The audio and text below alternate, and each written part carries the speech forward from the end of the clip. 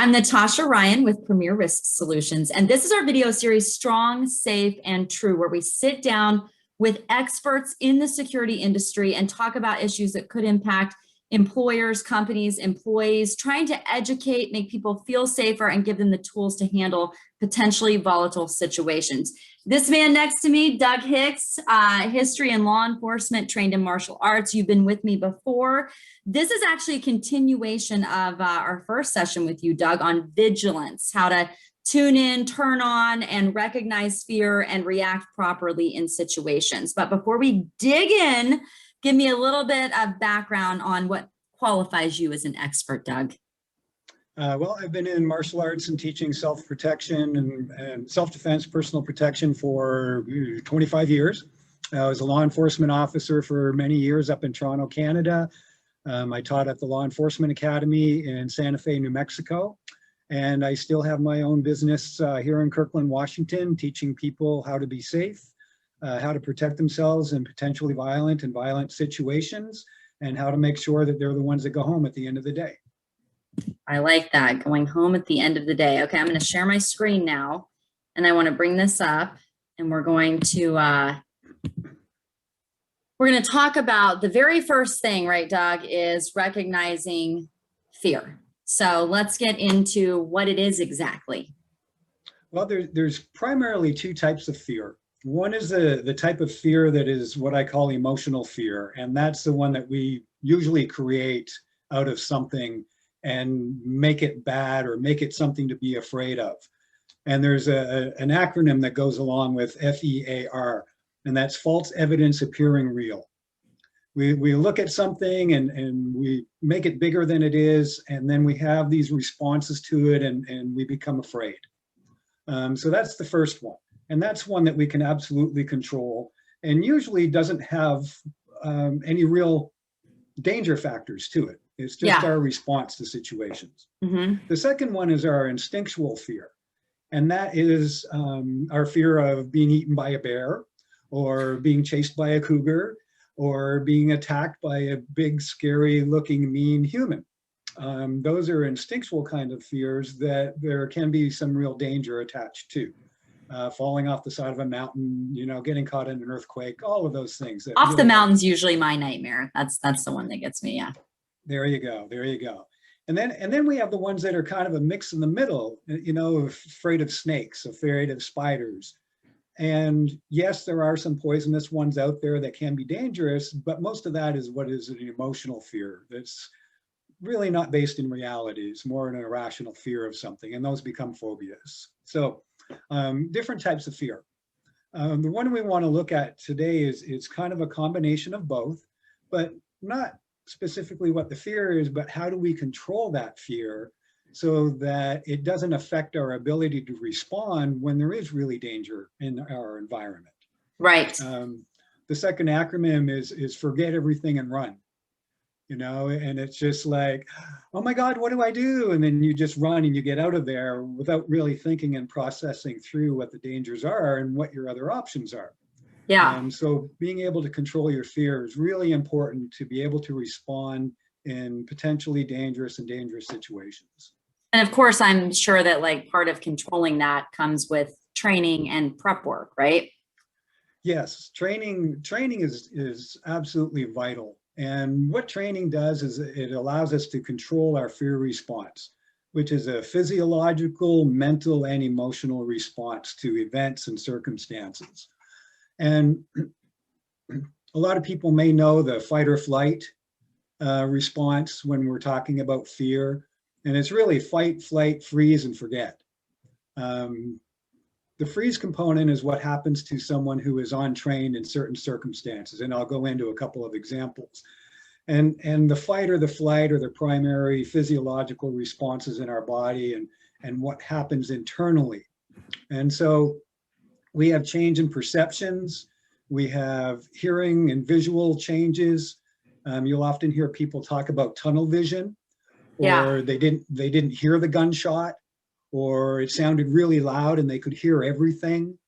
We talk about losing fine motor skill with our hands and not being able to do fine motor skill and complex motor skill things.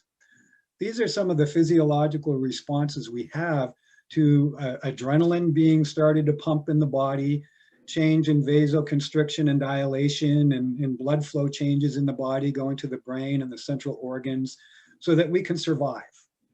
And all of that is controlled by the limbic system, or the monkey brain, or the lizard brain, if people prefer. And that brain is just back here at the base of the skull on the top of the spinal cord. And what happens is all of those things start to take over and control us, and we lose the ability to process cognitively, to think through options, to think through things, and come up with solutions to the problems that we're facing in the moment. And all of this happens in that adrenalized state of fear and self-protection, self-survival. So what training does is it allows us to control those responses to some level. We can scan and expand our peripheral vision so that we pick up potential other threats. We recognize what's happening in the body, and we slow our breathing down and control our breathing with box breathing or cycle breathing, which helps the heart rate to stay down, which helps to control the adrenaline response.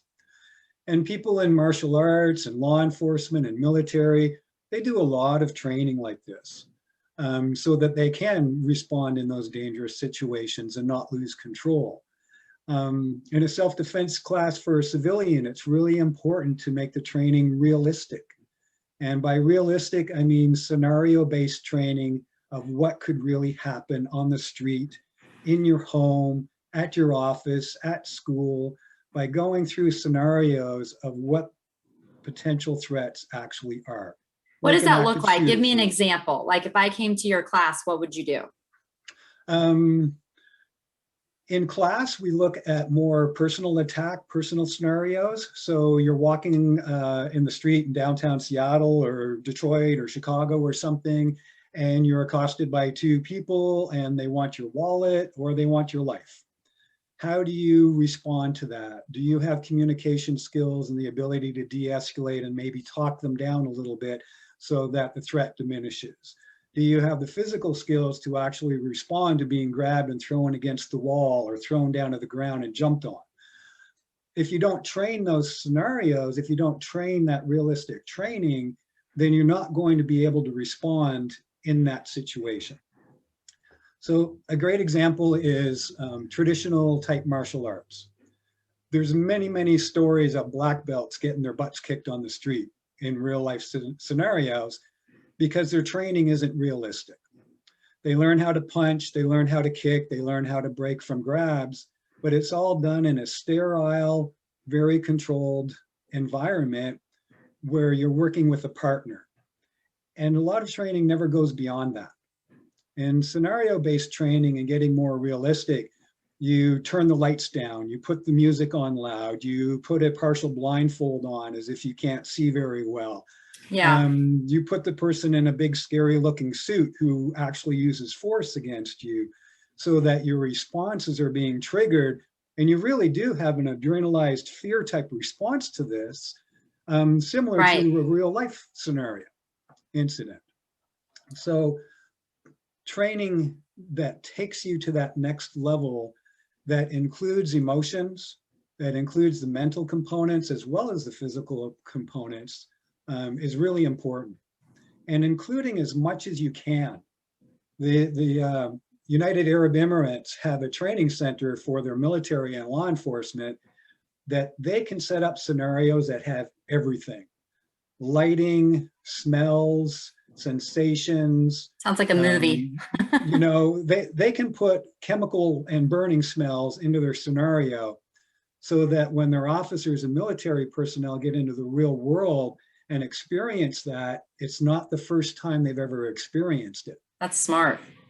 Yeah, because in that adrenalized situation where you're experiencing something for the first time, you get stuck there. You're not sure what to do. And your cognitive brain isn't functioning because of the change in blood flow and everything, and your primal brain taking over the functions for survival, that you literally stop thinking. And that's where when we're talking fight, flight, and freeze, that's where freeze comes in. And the forget Yeah. is, even if you have some training, you may forget it. And if you have no training, you simply freeze.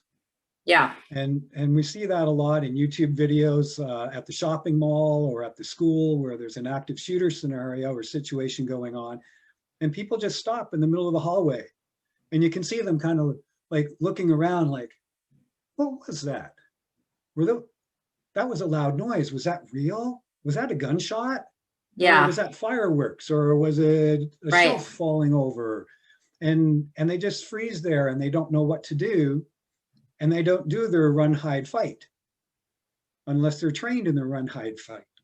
Yeah. And so doing run, hide, fight active shooter scenarios in a work environment is super, super important to make sure that your employees are safe and that they're responding appropriately and that they have the knowledge and the skills to save themselves and their coworkers and other people. Absolutely. Okay. And I'm sure that the Ooda Loop plays into that. What does that stand for, Doug? So the Ooda Loop is something that was created by the Air Force decades ago for fighter pilots. And what they were trying to do was create training and understand how the brain functioned in high stress situations. So one of the things that's really important with training and what it does and how it affects the Ooda Loop, and I'm going to read this to make sure I get the wording correct. Okay, read away. The wording here. And it's the ability to make critical decisions in a high stress, high consequence, time compressed environment. So when you're not trained properly, when your brain isn't fully functioning, when you're going into that freeze or that forget aspect of the process, your ability to make critical decisions in a high stress, high consequence, time compressed environment are slowed or stopped. So if I'm in a scenario that I've never been in before, and all of a sudden there's danger to me and my fear kicks in, I'm not going to be able to make critical decisions quick enough to actually do things that are effective to save me and the people around me. Yeah. And that's why training is so important and where the Ooda Loop comes in. So can you go back just to the Ooda part on the bottom again? Yeah. Yep. So we see Ooda, it's OODA. Yeah. And it can be a really cognitive, long dissertation on how the brain functions, but I have a really simple one that people tend to like and easy to remember. All right, give me easy, Doug. Yes. The first O is observations. And we talked about this under the vigilance section in our last video. What do we observe? What do we look for? What do we listen for? What do we smell for? What do we feel for? And all of those things, that's under observation. And that's fine, but if you have no orientation to what you're observing, you only get to the second O. So what training does is it allows you to get through that orientation aspect really quickly. So I'm standing in the middle of the shopping mall and I hear gunshots and I'm immediately grabbing, who I'm with, and we're heading toward the closest exit, which I know is just over my left shoulder because I'm observant to those things when I'm out in public. And we're out that door away from where the gunshots were. Yeah. As opposed to a person who's never done any training and hasn't thought about these things, whether it be in imagination, watching videos, or scenario-based training, they get to orientation and they go, oh, what was that? And I call that getting stuck in an uh-oh moment. So you get to your second O and you're standing there going, uh-oh, now what do I do? Because you're unable to get to the D, which is decisions, decide. You can't get to the decision-making process because you're still stuck in your uh-oh because you've never followed through and you've never thought about this previous to being in it. And then the A is the action. So I call that getting to the DA stage. So if you get stuck in an uh-oh moment, you never get to the DA. This is what I need to do. I need to run. I need to hide. I need to fight. I need to grab my kid and, head out the door. I need to hide under the desk. I need to do whatever it is. Yeah. And so when you get stuck in an uh-oh moment, that loop isn't functioning because the loop is an ongoing process that changes in every moment of how you're making decisions on what to do next. It's not just getting out the door. It's where do I run? Where's my car parked? Do I go to the car? Where are my keys? Do I get the keys out on the way? You know, all those types of things. How do I defend against this attack? In a personal one-on-one confrontation, okay, I've kicked him, I've gouged his eyes, he can't see me, he can't run after me. Now what do I do? Where do I run to? How do I alert people that there's danger in the area? When I call 911 to report it, what do I need to report? I need to train and go through all of those things, or I get stuck and I can't process through. You know, and we're talking about violence, right? And I don't think most people have probably had a situation where their hand has maybe hit someone's face before, or they've been in a physically violent situation. So, I mean, how important is it to recognize that and what that actually looks like to you? Well, one of the first blocks that people have in self-defense and responding to violent situations is we have in our society instilled into most people that violence is a bad thing and that only bad people use violence against good people. And that simply isn't true. Tim Larkin is one of the teachers out there that I've known for years, and one of his favorite sayings and well-known sayings is, violence isn't always the answer, but when it is, it's the only answer. Yeah. So if I can't talk my way out, if I can't evade, if I can't escape yeah. and avoid and all of that, Yeah. I might get to a point where my only option is violence. And I need to know how to use it effectively, efficiently, and quickly so that I can end the encounter and get out of there. As a civilian, go ahead. Sorry, Doug. I'm looking at this question like, are you willing to use it if necessary? How do you know that until you're in the moment and you're like, oh, here we are. Yeah, I can do this. Like if my kids are in the room with me, oh, I can do it. You know what I mean? But if it's just me, like, can I do it? I don't know. And everyone's different. I'm like you. I have no problem using violence under the correct circumstances for the proper reason. None whatsoever. You know, and I proved that to myself in law enforcement. I proved that to myself in protecting other people. And there are people who would have a real emotional and mental hard time using violence against another human being. It is the most traumatic situation that a human will ever find himself in, is being attacked by another human being with violence. Yeah. Because we are the same species and we are supposed to protect each other. It just feels bankrupt. Yes. Yeah, it is. But there are predators and there are prey, and the predators out there have no problem using violence for self-gratification and their own means. And when you're dealing with someone like that, that brings us to the last point on this page. There are no fair fights. This is not a Monopoly game amongst family members. It's not fair. It's not a sporting competition. And as you know, as much as many people out there love watching the MMA and the UFC on TV and everything with two fighters and gladiators in the ring, a self-defense situation on the street is not a sporting competition, and it's not a traditional martial art. There are no rules. We often joke in self-defense, there are 33 rules in an MMA fight. On the street, there are 0. So those 33 rules of what you can't do to your competitor in the ring are the 33 things you need to learn to do on the street. Yep. And personal protection. Here we go. We talked a little bit about awareness, right? We've talked about awareness in the vigilance section, and a little bit about what to be aware of, smells, sights, using your senses to be aware. That's the first part of the Ooda Loop as well. So you'll see a crossover. Yeah. And then once you get to that decision-making process in the DAW, that's your assessment. Is this really a danger? Is it close to me? How is it going to affect me? What are my options? And that's where being able to control your response and your fear response gives you the ability to use that frontal lobe and make these cognitive decisions of what direction to go, what weapon to use, how to respond to an imminent attack, and all of those things. And of course, as a civilian in a personal protection situation, avoidance is always the best option. Yes. In fact, Yep. I kind of joke, there's two sets of 4As. One is the one we're talking about here, awareness, assessment, avoidance, and then action. And the other one is avoidance, avoidance, avoidance, avoidance. You know, and making sure that you're prepped, that you've done mitigation to reduce the possibility you're not in the wrong place at the wrong time if you have a choice at all. You've planned out scenarios in your mind so that you know how to respond and what to do in particular scenarios. You've done self-defense and personal protection classes, so you have some basic skills.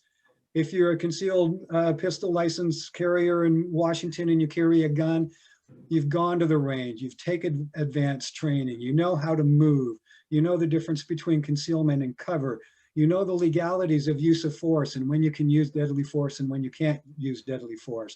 You know how to respond to a single threat and multiple threats. You have all of these tools in your toolbox so that when you get into a situation, you don't just freeze and forget what you need to do. Yep. And all of that is the action, the fourth A. And if you don't train it, you won't do it. And training. There's a saying in the training community that you don't rise to your expectations, you fall to the level of your own training. And we see it again, time and time and time again in the civilian world, in the law enforcement world, in the military world. If the training and the preparation is lacking, then the response will likely be lacking as well. And there are so many benefits to doing training like this. You know, as if an employer is watching this, it benefits your employees and yourself in personal life, but also, as you said, in that workplace, if there's an active shooter scenario or a volatile employee that goes unhinged, the ability to protect yourself and potentially another coworker is vital. And that's where we can come in to help out with that. We have employees like Doug who can come and do training. We can do risk assessments, consulting work, workplace violence mitigation. Of course, we can have any type of security personnel on site. Doug, thank you so much. As always, a pleasure. And I appreciate you being with us. And if you have any more questions, here is my phone number, email. Please stay tuned to our website because we're going to continue to have these video sessions on a very regular basis. All right, everyone. Thank you. In the meantime, I'm Natasha. Stay strong, safe, and true. Bye. Thank you.